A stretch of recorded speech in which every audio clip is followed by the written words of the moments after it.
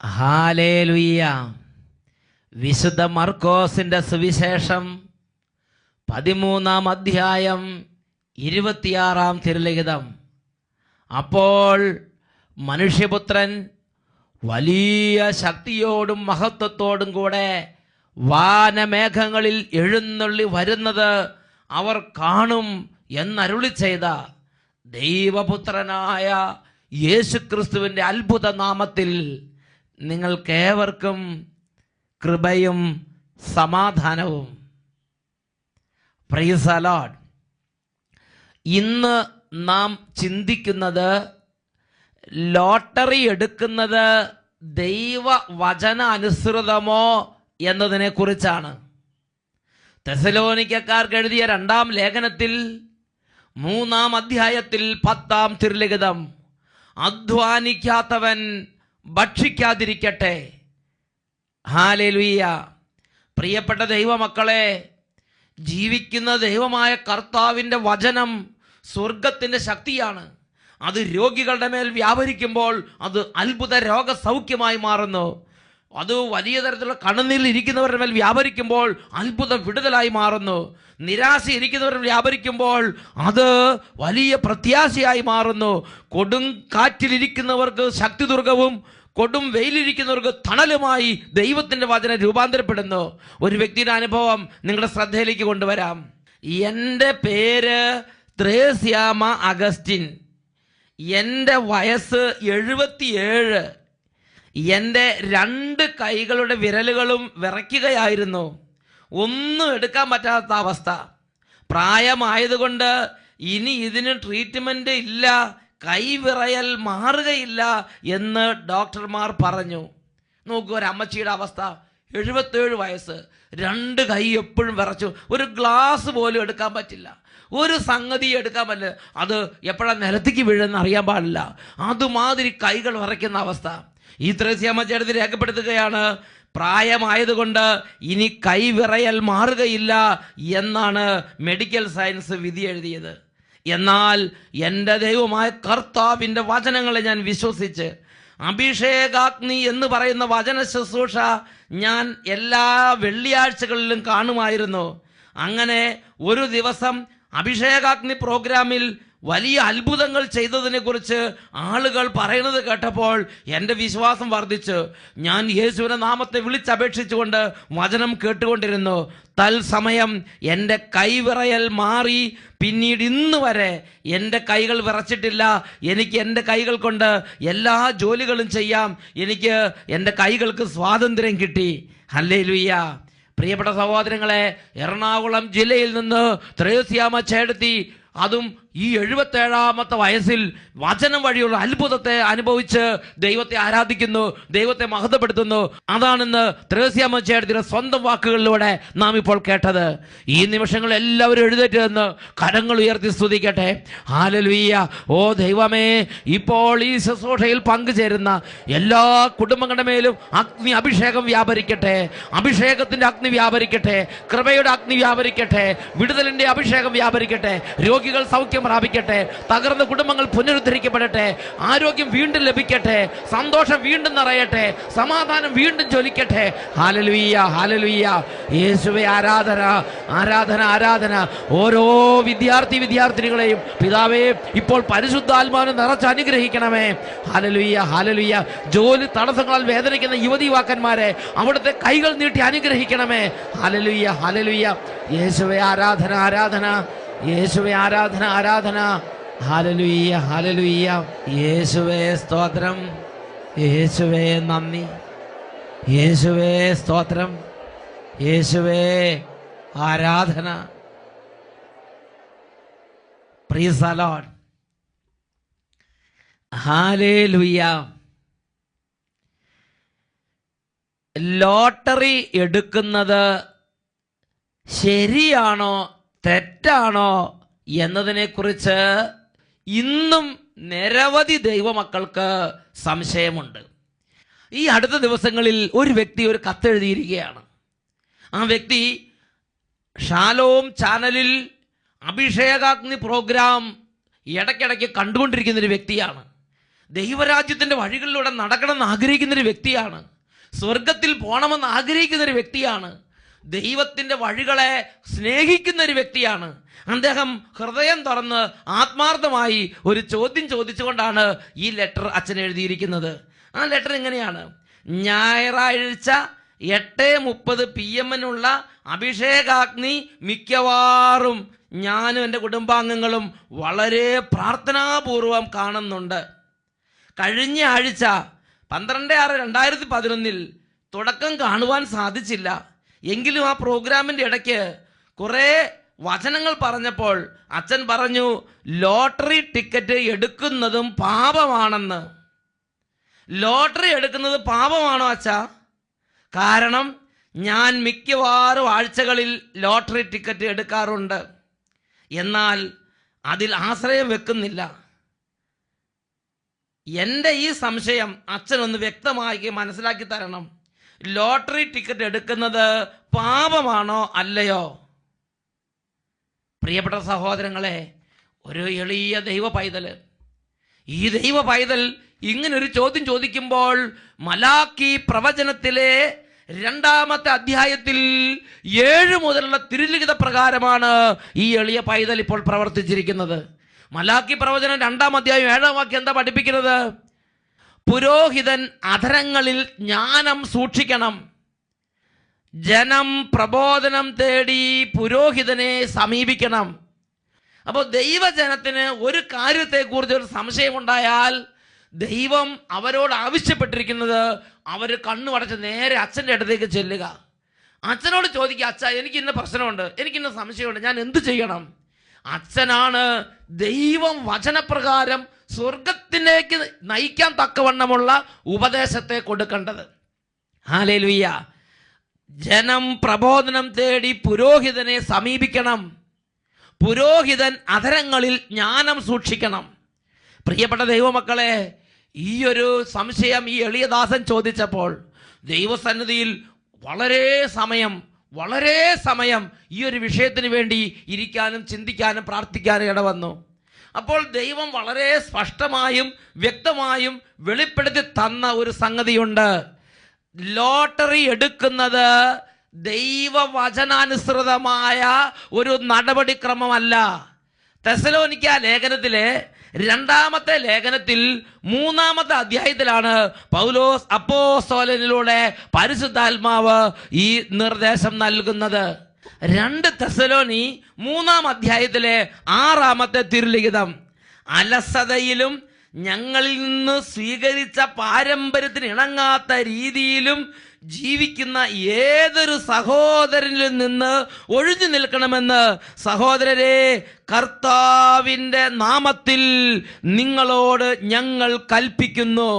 അലസതയിലും ഞങ്ങളിൽ നിന്ന് സ്വീകരിച്ച പാരമ്പര്യത്തിന് ഇണങ്ങാത്ത രീതിയിലും ജീവിക്കുന്ന ഏതൊരു സഹോദരനിൽ നിന്ന് ഒഴിഞ്ഞു നിൽക്കണമെന്ന് സഹോദരരെ കർത്താവിൻ്റെ നാമത്തിൽ ഞങ്ങൾ നിങ്ങളോട് കൽപ്പിക്കുന്നു. ശ്ലീഹായിലൂടെ പരിശുദ്ധാത്മാവ് ദൈവജനത്തിന് വ്യക്തമായ ഒരു നിർദ്ദേശം കൊടുക്കുകയാണ്. അധ്വാനിക്കാതെ പണമുണ്ടാക്കുന്ന വഴികളിൽ നിന്ന് ദൈവത്തിൻ്റെ മക്കൾ പിന്തിരിയണം. അധ്വാനിക്കാത്ത സമ്പത്ത് അരുത്. ഇത് മനസ്സിലാക്കാൻ കുറച്ച് പ്രയാസമുണ്ടെങ്കിൽ അത് ക്ലിയറായി മനസ്സിലാക്കാൻ വേണ്ടി ശ്ലീഹായിലൂടെ പരിശുദ്ധാത്മാവ് തുടർന്ന് സംസാരിക്കുന്നുണ്ട്. അതാണ് 2 തെസ്സലോനി 3-ാം അധ്യായം 10-ാം തിരുലിഖിതം. ഞങ്ങൾ നിങ്ങളോട് കൂടെ ആയിരുന്നപ്പോൾ ഒരു കൽപ്പന നൽകി, അധ്വാനിക്കാത്തവൻ ഭക്ഷിക്കാതിരിക്കട്ടെ. പ്രിയപ്പെട്ട സഹോദരങ്ങളെ, എന്താണ് അധ്വാനിക്കാത്ത സമ്പത്ത് നമ്മുടെ കൈകളിലേക്ക് വന്നാൽ എന്താണ് അതിൻ്റെ കുഴപ്പം? സുഭാഷിതങ്ങളുടെ പുസ്തകത്തിൽ 21-ാം അധ്യായത്തിൽ 8-ാമത്തെ വാക്യം അതിനെക്കുറിച്ച് ഒരു വാണിംഗ് നൽകുന്നുണ്ട്. അന്യന്റെ പണം കൊണ്ട് വീട് പണിയുന്നവൻ തൻ്റെ ശവകുടീരത്തിന് കല്ല് ശേഖരിക്കുന്നവനെ പോലെയാണ്. അന്യന്റെ പണം കൊണ്ട് വീട് പണിയുന്നവൻ തൻ്റെ ശവകുടീരത്തിന് കല്ല് ശേഖരിക്കുന്നവനെ പോലെയാണ്. ഇതാ ഒരു പത്രവാർത്ത നിങ്ങളുടെ ശ്രദ്ധയിലേക്ക് ഞാൻ കൊണ്ടുവരികയാണ്. 2010 ഒക്ടോബർ 26 വ്യാഴാഴ്ച ന്യൂസ് പേപ്പറിൽ വന്ന ഒരു വാർത്തയാണിത്. വാർത്ത ഇതാണ്: 625 കോടിയുടെ ലോട്ടറി അടിച്ചയാൾ കുടിച്ച് മരിച്ചു. വാർത്ത ഞാൻ വിശദമായി വായിക്കാം. ജീവിതം തൊലഞ്ഞു തീരാൻ കോടികളുടെ ലോട്ടറി അടിച്ചാലും മതിയെന്ന് കെയ്ത്ത് ഗോ എന്ന ബ്രിട്ടീഷുകാരൻ തെളിയിച്ചു. പണത്തിനും പ്രശസ്തിക്കും ആഡംബരത്തിനും നടുവിൽ വിരസമായി മാറിയ ജീവിതം അയാൾ കുടിച്ചു തീർത്തു. 5 വർഷം മുമ്പാണ് കെയ്ത്തിന് 90 ലക്ഷം പൗണ്ടിന്റെ ഏതാണ്ട് 625 കോടി രൂപയുടെ ലോട്ടറി അടിച്ചത്. ഇത്രയും പണമുള്ളപ്പോൾ പിന്നെ ജോലി എന്തിന് എന്ന് ചിന്തിച്ച് കെയ്ത്ത് ഉടൻ തന്നെ ജോലി രാജിവെച്ചു. ആഡംബര കാറുകളും പന്തയ കുതിരകളും പടുകൂറ്റൻ ബംഗ്ലാവുകളും എല്ലാം വിലയ്ക്ക് വാങ്ങി. ഒന്നും ചെയ്യാനില്ലാതെ ജീവിതം വിരസമാകാൻ തുടങ്ങിയപ്പോൾ മദ്യപാനം സ്ഥിരം പരിപാടിയായി. അതോടെ ഭാര്യ പിണങ്ങിപ്പോയി. സുഹൃത്തുക്കളെ അതിനു മുമ്പ് തന്നെ കെയ്ത്ത് ആട്ടി ഓടിച്ചിരുന്നു. ഗുണപരമായി ഒന്നും ചെയ്യാനില്ലാതെ പണം ചെലവ് ചെയ്ത് തനിക്ക് മടുത്തു എന്നും ലോട്ടറി കിട്ടിയതാണ് എൻ്റെ ജീവിതം തകരാൻ കാരണമെന്നും കെയ്ത്ത് നേരത്തെ തന്നെ ഒരു അഭിമുഖത്തിൽ പറഞ്ഞു. ജീവിക്കാൻ കൊതിയുണ്ടെങ്കിൽ ലോട്ടറി വാങ്ങരുത് എന്നായിരുന്നു കെയ്ത്തിന്റെ ഉപദേശം. കുടിച്ച് 58-ാം വയസ്സിൽ കെയ്ത്ത് വീണു മരിച്ചു. 5 പൈസ പോലും കയ്യിലില്ലാതെയാണെന്നായിരുന്നു ആദ്യ വാർത്ത. എന്നാൽ പിന്നീട് അല്പ സ്വത്തുവകകൾ അദ്ദേഹത്തിനുണ്ടെന്ന് ഔഷധത്തിൽ നിന്ന് കണ്ടെത്താനിട വന്നു. ഈ പണം ആ കുടുംബത്തിന് ലഭിക്കുമോ ഇല്ലയോ എന്ന് ഇന്നും വ്യക്തമല്ല. ഹല്ലേലൂയ. പ്രിയപ്പെട്ട സഹോദരങ്ങളെ, ഒരു മനുഷ്യ കുടിച്ച് 65-ാം വയസ്സിൽ കുടിച്ച് വീണ് മരിച്ച് അദ്ദേഹം അവസാനമായി ലോകത്തോട് പറഞ്ഞത്, ആരും ലോട്ടറി വാങ്ങരുത്, ജീവിക്കാൻ ആഗ്രഹമുണ്ടെങ്കിൽ ലോട്ടറി വാങ്ങരുത് എന്നാണ് ഈ മനുഷ്യൻ ലോകത്തോട് പറഞ്ഞത്. പ്രിയപ്പെട്ട സഹോദരങ്ങളെ, അത് തന്നെയല്ലേ സുഭാഷിതങ്ങളുടെ പുസ്തകത്തിൽ 21-ാം അധ്യായത്തിൽ 8-ാമത്തെ വാക്യത്തിൽ നമുക്ക് വചനം മുന്നറിയിപ്പ് തന്നത്? അന്യന്റെ പണം കൊണ്ട് വീട് പണിയുന്നവൻ സ്വന്തം ശവകുടീരത്തിന് കല്ല് ശേഖരിക്കുന്നവനെ പോലെയാണ്. വീണ്ടും തിരുലിഖിതം പഠിപ്പിക്കുകയാണ്. സുഭാഷിതങ്ങളുടെ പുസ്തകത്തിൽ 20-ാം അധ്യായത്തിൽ 21-ാം തിരുലിഖിതം, തിടുക്കത്തിൽ കൈവശപ്പെടുത്തിയ സ്വത്ത് അവസാനം അനുഗ്രഹമായിരിക്കുകയില്ല. തിടുക്കത്തിൽ കൈവശപ്പെടുത്തിയ സ്വത്ത് അവസാനം അനുഗ്രഹമായിരിക്കുകയില്ല. പ്രിയപ്പെട്ട ദൈവമക്കളെ, നമ്മുടെ ജീവിതത്തിൽ കുറുക്കു വഴികളിലൂടെയും സ്വന്തം കൈകൾ കൊണ്ട് അധ്വാനിക്കാതെയും പല വിധത്തിൽ അനായാസമായി അധ്വാനിക്കാതെ നേടിയ സമ്പത്ത് ഇന്നല്ലെങ്കിൽ നാളെ അത് ഉദരത്തിൽ സർപ്പവിഷമായി പരിണമിക്കും. അതുകൊണ്ട് വിശുദ്ധ ലിഖിതങ്ങളിലൂടെ ശ്ലീഹ ഇതാ സകല ദൈവമക്കൾക്കും ഒരു മുന്നറിയിപ്പ് നൽകുന്നുണ്ട്. തിമോഥെയോസിന് എഴുതിയ 1-ാം ലേഖനത്തിൽ 6-ാം അധ്യായത്തിൽ 6 മുതലുള്ള തിരുലിഖിതങ്ങൾ, ഉള്ളത് കൊണ്ട് തൃപ്തിപ്പെടുന്നവന് ദൈവഭക്തി വലിയൊരു നേട്ടമാണ്. കാരണം നാം ഈ ലോകത്തിലേക്ക് ഒന്നും കൊണ്ടുവന്നിട്ടില്ല, ഇവിടെ നിന്നൊന്നും കൊണ്ടുപോകാനും നമുക്ക് സാധിക്കുകയില്ല. ഭക്ഷണവും വസ്ത്രവും ഉണ്ടെങ്കിൽ അതുകൊണ്ട് നമുക്ക് തൃപ്തിപ്പെടാം. ധനമോഹത്തിൽ ഞാനും നിങ്ങളും വീണു പോകുന്നത് ഒരു തിന്മയാണ്, ഒരു പാപമാണ്. ഇന്ന് അനേകം വ്യക്തികൾ ലോട്ടറി എടുക്കുമ്പോൾ നിങ്ങൾ ചിന്തിച്ചു നോക്കുക, അത് ദൈവവചന പ്രകാരമുള്ള ഒരു പ്രവൃത്തിയാണോ? അത് പരിശുദ്ധാത്മാവിന്റെ പ്രേരണ അനുസരിച്ചുള്ള ഒരു പ്രവൃത്തിയാണോ? അട്ടപ്പാടിയിൽ തന്നെ ഒരു മനുഷ്യനെ എനിക്കറിയാം. അദ്ദേഹത്തിന്റെ അവസ്ഥ, എല്ലാ ആഴ്ചയിലും 1000-കണക്കിന് രൂപയുടെ ലോട്ടറി അയാൾ എടുക്കും. ഒരാഴ്ച അദ്ദേഹത്തിന് എടുക്കാൻ പറ്റിയില്ലെങ്കിൽ വലിയ പ്രശ്നമാണ്. കടം വാങ്ങിപ്പോലും അദ്ദേഹം പോയി ലോട്ടറി എടുക്കുന്നത് എൻ്റെ ശ്രദ്ധയിൽപ്പെട്ടിട്ടുണ്ട്. പ്രിയപ്പെട്ട സഹോദരങ്ങളെ, മദ്യപിച്ച് മദ്യപാനം ഒരു അഡിക്ഷൻ ആകുന്നത് പോലെ, പുകവലി ഒരു തഴക്കദോഷമായി മാറുന്നത് പോലെ, ലോട്ടറി എടുക്കുന്നത് ഒരു അഡിക്ഷനായി മാറിയ നിരവധി ആളുകൾ ഇന്ന് ലോകത്തിലുണ്ട്. ലോട്ടറി എടുക്കുന്നത് ദൈവവചന വിപരീതമായൊരു നടപ്പാണ്. അത് പാപമാണ്. അത് മദ്യപാനം പോലെ തഴക്കദോഷമായി മാറുന്നു. ചൂതാട്ടം, ചീട്ടുകളി, ലോട്ടറി എടുക്കല്, മദ്യം വിറ്റ് പൈസ ഉണ്ടാക്കുന്നത്, ബാറ് നടത്തി പൈസ ഉണ്ടാക്കുന്നത്, കൈക്കൂലി വാങ്ങി പൈസ ഉണ്ടാക്കുന്നത്, ബീഡിയും സിഗരറ്റും വിറ്റ് പൈസ ഉണ്ടാക്കുന്നത്, ഇതൊന്നും കർത്താവായ ദൈവം അംഗീകരിച്ചിട്ടില്ല. ദൈവത്തിന്റെ വചനവും അംഗീകരിച്ചിട്ടില്ല. ദൈവ വചന വിപരീതമായ ഒരു നടപ്പാണത്. ഇത് ഒന്നും കൂടെ സാക്ഷ്യപ്പെടുത്താൻ വേണ്ടി, ഒന്നും കൂടെ സ്ഥിരീകരിക്കാൻ വേണ്ടി കർത്താവ് ഈ അടുത്ത കാലത്ത് ഒരു കുടുംബത്തിൽ ഇടപെട്ടത്. ആ കുടുംബം തന്നെ കണ്ണൂർ കാസർഗോഡ് പ്രദേശത്ത് നിന്ന് നേരിട്ട് കുടുംബസഹിതം അട്ടപ്പാടിയിലെത്തി അവരുടെ അനുഭവങ്ങൾ അട്ടപ്പാടിയിൽ ആദ്യ വെള്ളിയാഴ്ച തടിച്ചുകൂടിയ 10,000 പങ്കുവച്ചിട്ടുണ്ട്. ആ അനുഭവം ഞാൻ ഇപ്പോൾ നിങ്ങളുടെ ശ്രദ്ധയിലേക്ക് കൊണ്ടുവരാം. എൻ്റെ പേര് ജോസഫ്, എൻ്റെ ഭാര്യയുടെ പേര് സുനി. ഞങ്ങളുടെ താമസം കാസർഗോഡ് ജില്ലയിലാണ്. ഞങ്ങൾക്ക് ബിസിനസ്സാണ് ഞങ്ങളുടെ തൊഴിൽ. ഞങ്ങളുടെ വിവാഹം കഴിഞ്ഞിട്ട് 9 വർഷമായി. ഞങ്ങൾക്ക് മക്കളില്ലായിരുന്നു. അനേക ചികിത്സാവിധികൾ ഞങ്ങൾ അവലംബിച്ചു. ആയുർവേദവും ഹോമിയോപ്പതി, ഇംഗ്ലീഷ്, നാട്ടുവൈദ്യങ്ങൾ, ഒരുപാട് ചികിത്സാവിധികൾ. ഒരുപാട് സ്ഥലങ്ങളിൽ പോയി പ്രാർത്ഥിച്ചു. ധ്യാനങ്ങളും പ്രാർത്ഥനകളും ഉറക്കി നടന്നു. എങ്കിലും ഞങ്ങളുടെ കുടുംബത്തിൽ ഒരു കുഞ്ഞിക്കാലും കാണാൻ ഞങ്ങൾക്ക് ഭാഗ്യമുണ്ടായില്ല. അങ്ങനെ ഇരിക്കുമ്പോഴാണ് 2008 ഫെബ്രുവരി മാസത്തിൽ അട്ടപ്പാടിയിലെത്തിയത്. അവിടെ അച്ഛൻ വളരെ കർക്കശമായി പ്രസംഗിച്ചു. അന്യായമായ പണം വിട്ടുപേക്ഷിക്കുക, കുടുംബം അനുഗ്രഹം പ്രാപിക്കും. അന്ന് തന്നെ ഞങ്ങൾ ഒരു തീരുമാനമെടുത്തു. ബീഡി, സിഗരറ്റ്, മറ്റ് ലഹരി വസ്തുക്കൾ ഇങ്ങനെയുള്ളവ വിൽപ്പന നടത്തുന്നത് പാപമാണെന്നും അത് ഞങ്ങളുടെ കുടുംബത്തിലേക്ക് ശാപത്തിന്റെ പണമാണ് കൊണ്ടുവരുന്നതെന്നും അത് വേണ്ട എന്നും ഞങ്ങൾ ഹൃദയം കൊണ്ട് തീരുമാനിച്ചു. മാത്രമല്ല, നേരായ വസ്തുക്കൾ മാത്രം, ദൈവവചനം അനുസരിച്ചുള്ള വസ്തുക്കൾ മാത്രം ഞങ്ങളുടെ കടയിലൂടെ വിപണനം ചെയ്യാൻ ഞങ്ങൾ തീരുമാനിച്ചു. മാത്രമല്ല, അതിൽ നിന്ന് കിട്ടുന്ന പണത്തിന്റെ ഒരു ഭാഗം, ദശാംശം, ദേവാലയത്തിൽ കൊണ്ടുപോയി കൊടുക്കുവാനും ഞങ്ങൾ തീരുമാനിച്ചു. അത്ഭുതമെന്ന് പറയട്ടെ, 2008 ഡിസംബർ മാസത്തിൽ ഭാര്യ ഗർഭിണിയാവുകയും ചെയ്തു. ഞങ്ങൾക്ക് ആരോഗ്യമുള്ള ഒരു ആൺകുഞ്ഞിനെ നൽകി കർത്താവ് അനുഗ്രഹിച്ചു. പ്രിയപ്പെട്ട സഹോദരങ്ങളെ, കല്യാണം കഴിഞ്ഞ് 9 വർഷത്തോളമായി മക്കളില്ലാതിരുന്ന ഇവര് ഒരു കുഞ്ഞിന് വേണ്ടി ഒരുപാട് പ്രാർത്ഥനകളും തീർത്ഥാടനങ്ങളും ഒരുപാട് കാര്യങ്ങൾ ചെയ്തിട്ട്, ചികിത്സകൾ ചെയ്തിട്ട് ഒരു ഫലവും കാണാതെ നിരാശപ്പെട്ടിരിക്കുമ്പോൾ അട്ടപ്പാടിയിലെ ധ്യാനത്തിൽ പങ്കെടുത്തു. അവിടെ വെച്ച് അന്യായ മാർഗങ്ങളെ വിട്ടുപേക്ഷിക്കുക എന്ന് പരിശുദ്ധാത്മാവ് പറഞ്ഞു. അവരത് സ്വീകരിച്ചു. അവരുടെ ജീവിതത്തെ വിലയിരുത്തി.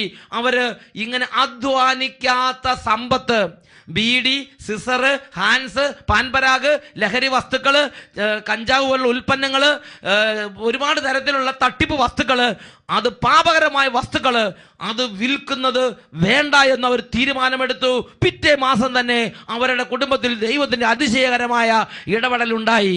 പ്രിയപ്പെട്ട സഹോദരങ്ങളെ, തിമോത്തിയോസിന് എഴുതിയ 1-ാം ലേഖനത്തിൽ 6-ാം അധ്യായത്തിൽ 9 മുതൽ വാക്യങ്ങളുടെ പരിശുദ്ധാത്മാവ് വീണ്ടും സംസാരിക്കുകയാണ്.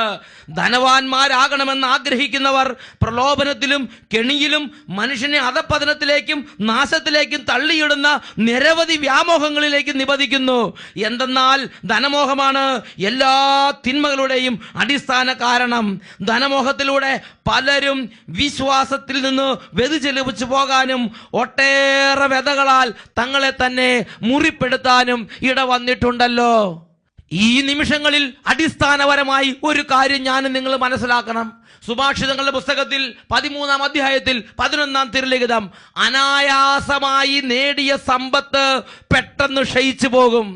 സുഭാഷിതം 13:11, അനായാസമായി നേടിയ സമ്പത്ത് പെട്ടെന്ന് ക്ഷയിച്ചു പോകും. വീണ്ടും സുഭാഷിതങ്ങളുടെ പുസ്തകം 15-ാം അധ്യായം 27-ാം തിരുലിഖിതം വചനം പഠിപ്പിക്കുന്നു, നീതിരഹിതമായ നേട്ടം ആഗ്രഹിക്കുന്നവൻ സ്വന്തം കുടുംബത്തെ ദ്രോഹിക്കുന്നു. നീതിരഹിതമായ നേട്ടം ആഗ്രഹിക്കുന്നവൻ, അനായാസമായി സമ്പത്തുണ്ടാകാൻ വേണ്ടി ഓടി നടക്കുന്നവൻ, അധ്വാനിക്കാതെ പണം ഉണ്ടാക്കുന്നവൻ ദൈവവചനാനുസൃതമായ ഒരു വഴിയിലൂടെ അല്ല നടക്കുന്നത് എന്ന് തിരുലിഖിതം വ്യക്തമായി ദൈവമക്കളെ പഠിപ്പിക്കുകയാണ്. പിന്നെ എന്തുകൊണ്ടാണ് ഞാനും നിങ്ങളും ഇങ്ങനെ പെട്ടെന്നുള്ള തട്ടിപ്പുകളിലേക്ക് വീണു പോകുന്നത്? മണി ചെയിൻ വഴിയുള്ള പരിപാടികൾ, ചീട്ടുകളി, ചൂതാട്ടം, ഇങ്ങനെയുള്ള തട്ടിപ്പ് പരിപാടികളിലേക്ക് ഞാനും നിങ്ങളും വീണു പോകുന്നത് എന്തുകൊണ്ടാണ്? ജ്ഞാനത്തിന്റെ പുസ്തകത്തിൽ 4:12 പഠിപ്പിക്കുകയാണ്, ഭ്രമിപ്പിക്കുന്ന മോഹങ്ങൾ നിഷ്കളങ്ക മനസ്സിനെ പെട്ടെന്ന് വ്യതിചലിപ്പിക്കുന്നു. ഈ നിമിഷങ്ങളിൽ നമുക്ക് എഴുന്നേറ്റ് നിൽക്കാം. ഇതൊരു ദുർബാധയുടെ പീഡയാണ്. പ്രിയപ്പെട്ട ദൈവമക്കളെ, ഇപ്പോൾ മനസ്സ് നുറുങ്ങി പ്രാർത്ഥിക്കുക. നിങ്ങളിലോ നിങ്ങളുടെ ബന്ധുക്കളിലോ കുടുംബങ്ങൾ ആരെങ്കിലും ഇങ്ങനത്തെ ദുർചിന്തകൾക്കോ ദുഷ്പ്രേരണകൾക്കോ വശംവദരായതുണ്ടെങ്കിൽ വചനത്തിന്റെ ശക്തിയാൽ സാത്താന്യ കോട്ടകൾ കരിഞ്ഞ് ചാമ്പലാകുന്ന നിമിഷമാണിത്. കരങ്ങൾ ഉയർത്തി സ്തുതിക്കട്ടെ. Hallelujah, hallelujah.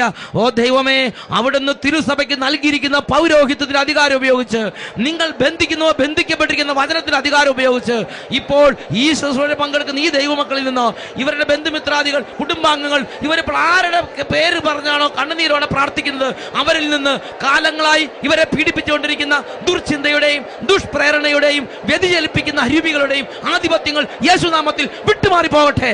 Hallelujah, hallelujah. യേശുവേ ആരാധന, ആരാധന. യേശുവേ ആരാധന, ആരാധന. Hallelujah, hallelujah. യേശുവേ, യേശുവേ, യേശുവേ, യേശുവേ. Hallelujah, hallelujah. യേശുവേ സ്തോത്രം, യേശുവേ നന്ദി, യേശുവേ സ്തോത്രം, യേശുവേ ആരാധന. പ്രഭാഷകൻ 32:23. ഓരോ പ്രവൃത്തിയിലും കരുതൽ വേണം, അതാണ് നിയമാനുഷ്ഠാനം. Praise the Lord.